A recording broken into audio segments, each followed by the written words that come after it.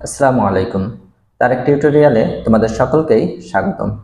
আজকে আমরা আলোচনা করব ষষ্ঠ শ্রেণী বিজ্ঞান বইয়ের ষান্মাসিক সামষ্টিক মূল্যায়নে কি কি থাকতে পারে, কি কি ধরনের কোশ্চেন হতে পারে, তার সিলেবাস, কোশ্চেনের ধরন, প্যাটার্ন, এগুলো নিয়ে আমরা আজকে আলোচনা করব। তো চলো আমরা সর্বপ্রথমে আমরা সিলেবাসে কি কি অংশ আছে আমাদের এবারের যে অর্ধবার্ষিক ষান্মাসিক মূল্যায়ন, ষান্মাসিক সামষ্টিক মূল্যায়নে সেই সিলেবাসটুকু আমরা ফার্স্ট একটু দেখে নিই। সর্বপ্রথম আমাদের যেটা রয়েছে এটা হলো গিয়ে আকাশ কত বড়। এই আকাশ কত বড়তে আমাদের রয়েছে 5 থেকে 19 নম্বর পেজ পর্যন্ত, এবং এখানে বিষয়বস্তুগুলো আমাদের রয়েছে বিশ্বজগতের ধারণা, ক্রম বিবর্তন, সৌরজগৎ আর হলো গিয়ে নক্ষত্র। এরপরে দ্বিতীয় যে বিষয়টা রয়েছে আমাদের আমাদের জীবনে বিজ্ঞান ও প্রযুক্তি, এটা রয়েছে 20 থেকে 30 নম্বর পেজ। এবং আমাদের এই অধ্যায়টা করতে হলে আমাদের যে বিষয়বস্তুগুলো পড়তে হবে এটা হলো গিয়ে বিজ্ঞানের ধারণা, প্রযুক্তির ধারণা। 2 নম্বরে বিজ্ঞান থেকে প্রযুক্তি। 3 নম্বরে ভালো প্রযুক্তি, খারাপ প্রযুক্তি। 4 নম্বরে বৈজ্ঞানিক অনুসন্ধানের প্রক্রিয়া। এরপরে তৃতীয় যে অধ্যায়টা রয়েছে এটা হলো গিয়ে গতির খেলা। এখন গতির খেলা রয়েছে, এর পেজ নাম্বার হলো গিয়ে 31 থেকে 43 নম্বর পেজ। এবং বিষয়বস্তু, এই যে গতির খেলাটা যদি করতে হয় এই অধ্যায়টা, এটা আমাদের করতে হলে কি কাজ করতে হবে, যে বিষয়বস্তুগুলো রয়েছে এটা হলো গিয়ে গতি, বিভিন্ন ধরনের গতি, শক্তি এবং বেগের পরিমাপ ও ত্বরণ। এই যে বিষয়গুলো রয়েছে তোমরা একটু খেয়াল করবা। এই বিষয়টা মানে যে অধ্যায়গুলো রয়েছে এটা হলো গিয়ে অনুশীলনমূলক বইয়ের এবং বিষয়বস্তু। এই অনুশীলনী দেখে তোমাদের কি কাজ করতে হবে, উত্তরটা করতে হবে বা পড়াশোনাটা কোথা থেকে করতে হবে, অনুসন্ধানমূলক পাঠ থেকে। এখন এই অনুসন্ধানী পাঠটা হলো গিয়ে তাদের বিষয়বস্তু, যে অনুসন্ধানী পাঠ থেকে তোমাদের কোন কোন টপিকসটা, বিষয়টা তোমাকে পড়তে হবে, এটা হলো গিয়ে, তাহলে এটা হলো গিয়ে অনুশীলন বইয়ের অধ্যায়গুলো প্রথম 3টা, এবং বাদ বাকি যেগুলো রয়েছে এটা হলো গিয়ে অনুসন্ধানী বইয়ের, এটাও কিসের, অনুশীলন বইয়ের 3য় অধ্যায়। এবং এটা অনুসন্ধানী বইয়ের যে টপিকসগুলো আমাদের পড়তে হবে এই গতির খেলা করতে হলে। তাহলে চলো এবার আমরা সর্বপ্রথমে চলে যাই যে আকাশ কত বড়। এইটা করতে হলে এই অধ্যায় থেকে মানে অনুসন্ধানী পাঠ বইয়ের যে সকল বিষয়বস্তুগুলো আমাদের খুব সুন্দরভাবে পড়তে হবে, যেগুলো পরীক্ষায় আসতে পারে, এগুলো নিয়ে আমরা যদি একটু কথা বলি বা কি কি ধরনের তা আমাদের থাকতে পারে। চলো সর্বপ্রথমে আমরা চলে যাই আকাশ কত বড়। প্রথম যে অনুসন্ধানীমূলক যে পাঠটা রয়েছে এটা হলো গিয়ে পৃথিবী ও মহাবিশ্ব। এখন এই পৃথিবী ও মহাবিশ্ব থেকে আমাদের সর্বপ্রথম যে পয়েন্টটা রয়েছে কি রয়েছে, আমাদের বিশ্বজগতের ধারণা, ক্রম বিবর্তন। বিশ্ব জগতের ধারণা, এই যে বিশ্ব জগৎ, আমরা যে পৃথিবীতে বাস করতেছি, পৃথিবীর বাইরেও কি আছে, বিভিন্ন ধরনের কি আছে, গ্রহ আছে, উপগ্রহ আছে, সৌরমণ্ডল আছে, বিভিন্ন রকম স্তর নিয়ে আমাদের এই যে পৃথিবী গঠিত হয়েছে। এই পৃথিবীটা কিভাবে গঠিত হয়েছে, কিভাবে আজ এই পর্যন্ত আসলো, এই সকল বিষয়টা নিয়েই হলো আমাদের প্রথম পয়েন্ট বা প্রথম বিষয়বস্তুটা। তাহলে বিশ্ব জগতের ধারণার ক্রম বিবর্তন আমরা বলতে পারি যে বিশ্ব জগৎটা কিভাবে এসেছে, কিভাবে সৃষ্টি হয়েছে পৃথিবী, পৃথিবী পর্যায়ক্রমিকভাবে যে আধুনিক পৃথিবীতে চলে আসছে, এটা কিভাবে আসছে তার উপর তোমরা কি করবে, একটু সুন্দরভাবে পড়ে নেবে। এরপরে বিষয়বস্তু কি আছে, সৌরজগৎ। তো এই যে মহাবিশ্বটা যখন আমরা পড়বো তারপরে আমাদের আসবে সৌরজগৎ। এখন এই সৌরজগতে কি কি রয়েছে, সৌরজগতে আমরা যেমন গ্রহ, উপগ্রহ, বিভিন্ন প্রকার গ্রহ রয়েছে আমাদের জানি, যেমন আমাদের পৃথিবী একটা গ্রহ, তেমন বুধ একটা গ্রহ, শনি একটা গ্রহ, বৃহস্পতি একটা গ্রহ। এই সূর্যকে কেন্দ্র করে যে গ্রহগুলো ঘুরতেছে, গ্রহ আছে, উপগ্রহ আছে, তাহলে সেই সৌরজগতে এই সূর্যকে কেন্দ্র করে যারা পরিভ্রমণ করতেছে সেই গ্রহগুলো কি কি, এটার উপর আমাদের এই বিষয়বস্তুটা। তাহলে সর্বপ্রথম আমাদের এবার আসি সৌর জগৎ।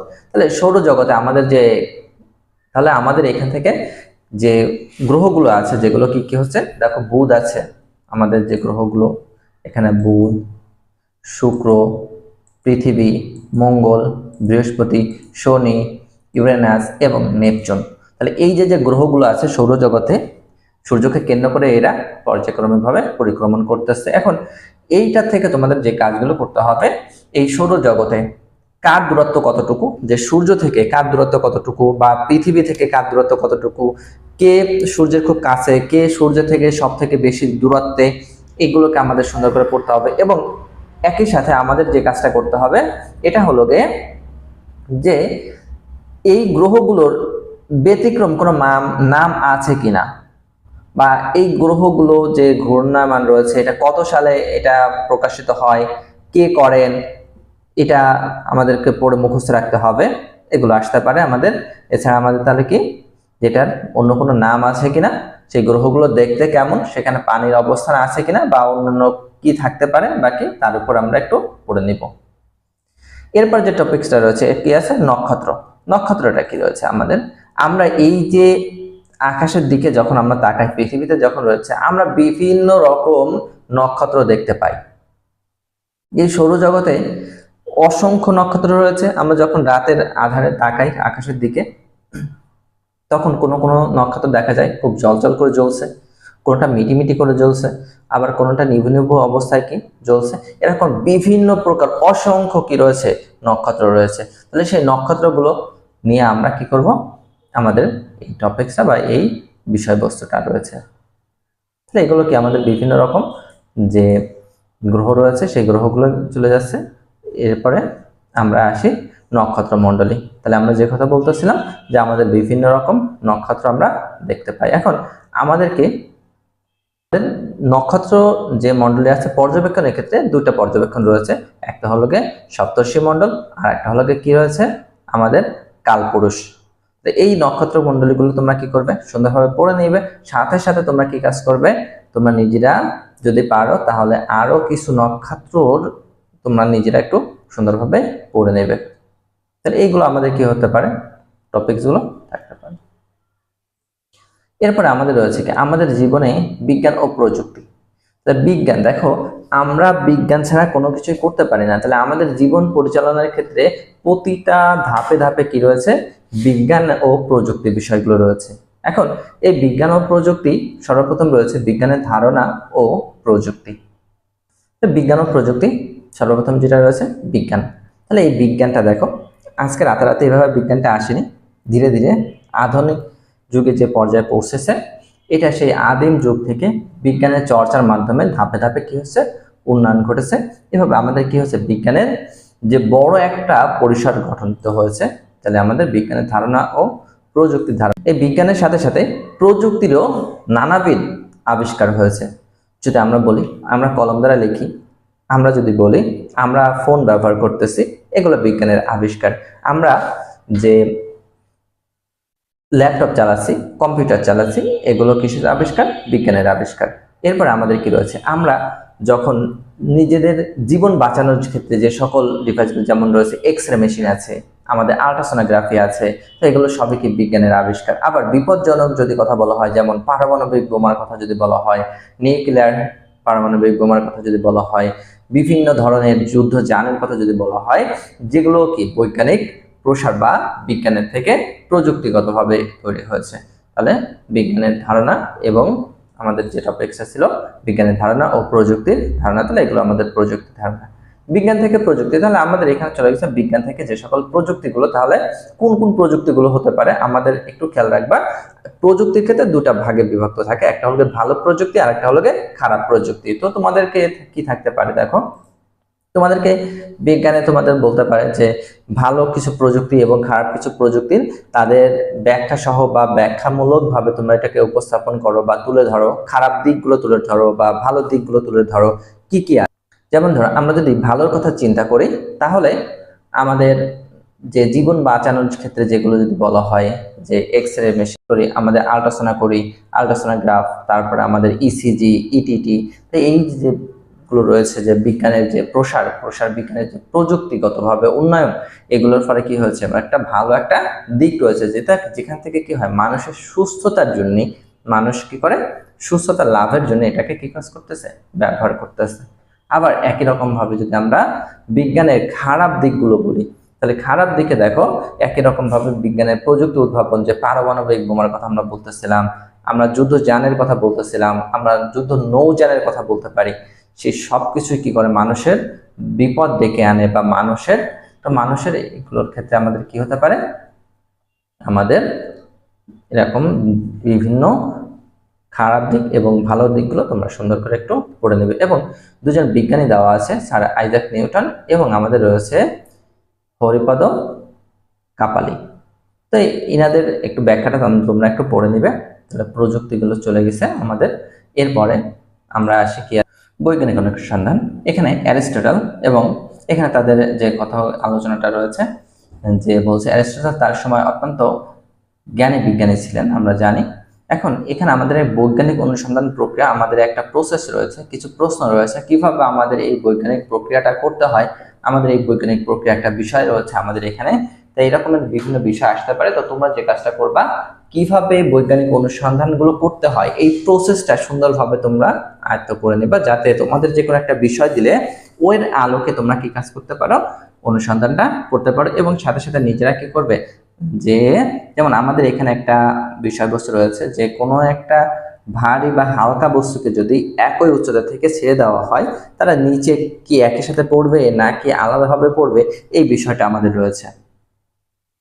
এই বিষয়টার মতন তোমরা যে কাজটা করবে, যে অন্য অন্য কিছু বিষয়গুলো তোমরা নিজেরা করে নেবে।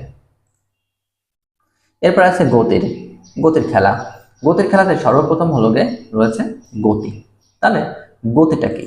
গতির ক্ষেত্রে যদি আমরা সর্বপ্রথমে আসি, গতির ক্ষেত্রে সর্বপ্রথমে যদি আমরা বলি গতি, যে কোনো একটা বস্তুর উপর যদি বল প্রয়োগ করা হয়, সে যদি তার অবস্থানের পরিবর্তন ঘটে, তাহলে সে কি হয়, গতি লাভ করে। বা সময়ের সাপেক্ষে যদি তার অবস্থানের পরিবর্তন হয়, সময়ের সাথে যদি তার অবস্থানের কোনো পরিবর্তন হয়, তাহলে সে কি হয়, সে গতি প্রাপ্ত হয়। এখন এই গতির ক্ষেত্রে আমাদের বিভিন্ন প্রকার গতি আছে, অর্থাৎ সব থেকে গুরুত্বপূর্ণটা হলো বিভিন্ন প্রকার গতি। যেমন দেখো, আমাদের আছে সরল গতি। তোমার যখন রকেট ওঠে একদম সোজাসুজি ভাবে ওঠে। তো আমাদের বিভিন্ন প্রকার গতি, একটা বিষয় মনে রাখবে, সংজ্ঞা আসুক ব্যাখ্যা যদি নাও আসে, সংজ্ঞা একটু উদাহরণ মনে রাখবে, এবং সাথে অবশ্যই তোমাদের এই সংজ্ঞাগুলো মুখস্থ রাখতে হবে। সেটা হলো কি, সরল গতি। সর্বপ্রথমে দেখো কিছু গতি রয়েছে, সরল গতি, এরপর আমাদের রয়েছে বক্র গতি, তারপর আমাদের রয়েছে ঘূর্ণন গতি, এরপর আমাদের রয়েছে পর্যাবৃত্ত গতি, রয়েছে। তাহলে এই যে গতিগুলো রয়েছে, এই গতিগুলোর সংজ্ঞা অবশ্যই সুন্দরভাবে মুখস্থ রাখবে, কারণ আমাদের এই গতির সংজ্ঞাগুলো আসার সম্ভাবনা খুবই বেশি রয়েছে। বেগের পরিমাপ ও ত্বরণের ক্ষেত্রে যদি আমরা আসি, বেগের পরিমাপ, কোনো একটা বস্তু নির্দিষ্ট সময়ে কতটুকু দূরত্ব অতিক্রম করলো, ওইটাই হলো কি তার বেগ। কতটুকু সময়ে সে কতটুকু দূরত্ব অতিক্রম করলো, মানে সে প্রতি সেকেন্ডে বা প্রতি মিনিটে সে কতটুকু দূরত্ব অতিক্রম করতেছে, ওইটা হলো কি তার বেগ। তো বেগ নির্ণয় থেকে তোমাদের কিন্তু অবশ্যই কি থাকতে পারে, অঙ্ক থাকতে পারে। বেগ ভি সমান কি, ভি সমান দূরত্ব বাই কি সময়, মনে রাখতে হবে। এই সূত্র থেকে আমাদের কি আসতে পারে, আমাদের কিন্তু সূত্র আসতে পারে, গাণিতিক অঙ্ক থাকার সম্ভাবনা রয়েছে। তো আমরা বেগের সূত্র থেকে আমরা কি করব, বেগ নির্ণয় করা অঙ্কগুলো করে নিব।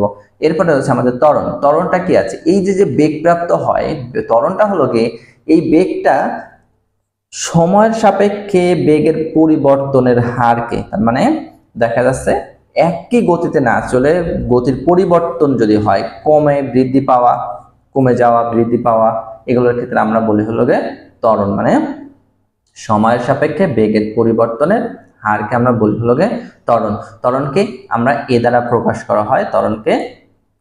এখন ত্বরণ নির্ণয় সূত্র কি, শেষ বেগ মাইনাস আদি বেগ বাই হলো অতিক্রান্ত কি সময়। শেষ বেগকে প্রকাশ করা হয় ভি দ্বারা, আদি বেগকে প্রকাশ করা হয় ইউ দ্বারা, আর অতিক্রান্ত সময় হলো টি দ্বারা প্রকাশ করা হয়। তাহলে এই যে আমাদের একটা সূত্র ত্বরণ, এ সমান সূত্র পাওয়া যায়, এ সমান V minus you by T. এই সূত্র দিয়ে আমাদের অঙ্ক খুবই গুরুত্বপূর্ণ। এই সূত্র দিয়ে আমাদের কি থাকতে পারে, অবশ্যই অঙ্ক থাকতে পারে। তো সেই অঙ্কগুলো অবশ্যই আমরা কি করবো, আমরা করে নিব। এই ধরনের আমাদের ত্বরণ সম্পর্কিত আর বেগ সম্পর্কিত দুই ধরনের অঙ্ক রয়েছে, এই দুই ধরনের যে কোনো অঙ্ক থাকতে পারে। তাহলে এগুলো তোমরা করবা ইনশাল্লাহ।